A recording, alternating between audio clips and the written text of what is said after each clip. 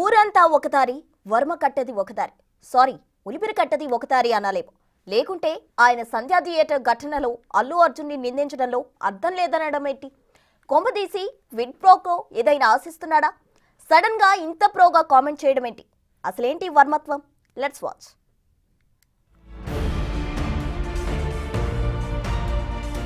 Varma sir నమస్తే. నేను మీ రాముయిజం follow అయ్యేవాడిని. కానీ సార్, ఏంటి సార్ మీ పైత్యం? సంధ్యా థియేటర్ ఘటనకు అల్లు అర్జున్కి సంబంధం లేదా?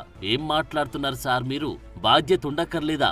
ఇది సోషల్ మీడియాలో వర్మ ఎక్స్పోస్ట్ పై వెల్లువెత్తుతున్న తీవ్ర వ్యతిరేకత. ఆ మాటకొస్తే అల్లు అర్జునే స్వయంగా దిగివచ్చి ఆ ప్రాణానికి 25 లక్షల ఖరీదు కట్టారంటే ఎక్కడో ఒక చోట ఆయన తప్పు తెలుసుకోబట్టే కదా. తాను రావడం వల్లే ఇలా జరిగిందని అల్లు అర్జున్ అంతలా ఫీల్ అవడం వల్లే కదా ఆ మాత్రం నష్టపరిహారమైన ప్రకటించారు. ఇవేవి మీ పోస్టుకు పట్టవా వర్మ సార్? అయినా చేతిలో సెల్ ఫోన్ ఉంది, దాంట్లో ఎక్స్ అకౌంట్ ఉంది అంటూ టపటపలాడిస్తే సరిపోతుందా సార్ అంటూ దుమ్మెత్తిపోస్తున్నారు నెటిజన్లు. ఎందుకంటే మీరు సినిమా చేసేదే ఎనీ ఫిల్మ్ మేకర్, మీరు సినిమా చేసేదే మీరు థియేటర్కి వచ్చి మీరు అందరూ ఎంజాయ్ చేయాలనే ఒక రీజన్ కోసం మేము సినిమా చేస్తాం. అలాంటి థియేటర్లో ఇలా వచ్చి ఒక ఫ్యామిలీ ఇలాగా ఒక లేడీ అలా అయిందనేసరికి it's heartbreaking. And you know just from my side, నేను ఇంతకుముందు కూడా వీడియోలో చెప్పాను, బట్ వన్స్ అగైన్ ఇదేమీ పెద్ద కాంపన్సేషనో అలా ఏం కాదు.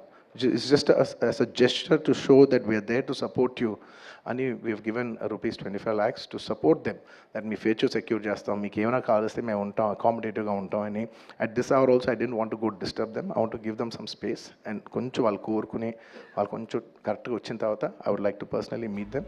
ఇదే విషయం మీద పుష్ప సినిమా దర్శకుడు సుకుమార్ కూడా కీలకమైన కామెంట్లు చేశాడు. 3 ఏళ్లు కాదు 6 ఏళ్లు కష్టపడ్డా ఒక ప్రాణం పోయలేనని తన పశ్చాత్తాపం ప్రకటించారు.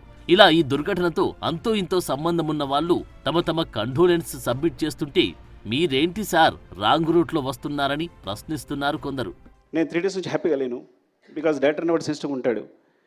ఎందుకు లేను అంటే 3 సంవత్సరాలు కష్టపడి సినిమా తీసిన, 6 సంవత్సరాలు కష్టపడి తీసిన నేను ఒక ప్రాణాన్ని క్రియేట్ చేయలేను. అలాంటి ఇన్సిడెంట్ పొరపాటున జరగడం వల్ల నా మనసు వికలమైపోయింది.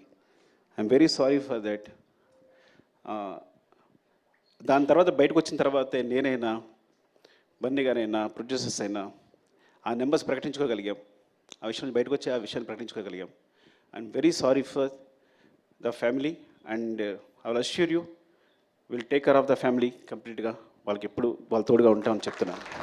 ఇంతకీ వర్మ తన పోస్టు ద్వారా చేసిన కామెంట్ల సారాంశం ఏంటంటే ఇలాంటివెన్నో తొక్కిసలాటలు జరుగుతాయని, ఎందరో మరణిస్తుంటారని, అలాంటి తొక్కిసలాటకు కారణమైన వారి మీద కేసులు పెట్టి నిందిస్తే ఎలా అంటారు రాము సార్. మరి ఎవరిని నిందించాలి అంటే ఆన్సర్ ఉండదు.